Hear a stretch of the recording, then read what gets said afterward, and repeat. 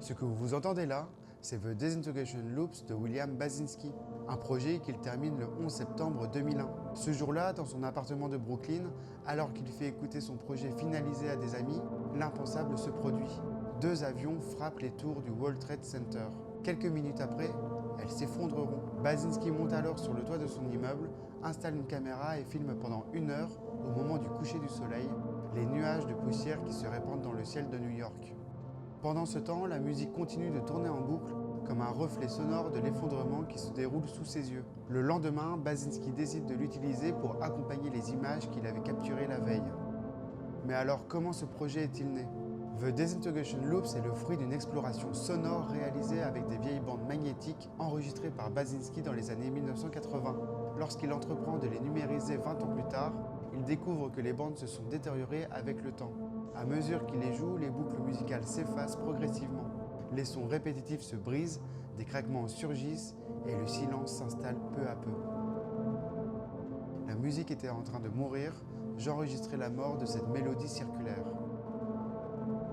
The Disintegration Loops est un projet musical qui s'étend sur 4 volumes, publiés entre 2002 et 2003. Lors de sa sortie, il bouleverse profondément ceux qui l'écoutent. Même les non-initiés à la musique expérimentale sont captivés par cette œuvre qui conjugue répétition, dégradation et sérénité. Elle évoque à la fois la douleur de la perte et une forme d'apaisement face à l'inévitable. 10 ans plus tard, en 2011, l'œuvre prend une nouvelle dimension.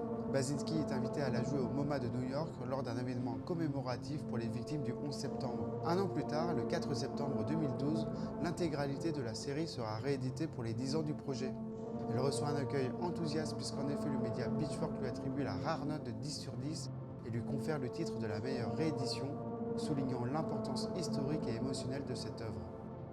Mais The Disintegration Loops est bien plus qu'un jalon de la musique ambiante. Avec son esthétique sonore unique, faite de textures délicates et de silences éloquents, elle a inspiré des artistes comme Björk ou encore Aphex Twin. Elle a contribué à populariser une approche contemplative et immersive de la musique où chaque note porte en elle une réflexion sur l'éphémère. Aujourd'hui encore, cette œuvre résonne comme une méditation intemporelle sur la mémoire, la dégradation et la beauté fragile du monde. Je vous invite vraiment à découvrir ce projet dans son intégralité. Il s'agit sans doute de l'une des œuvres les plus importantes du XXIe siècle de par son poids historique et sa profondeur émotionnelle.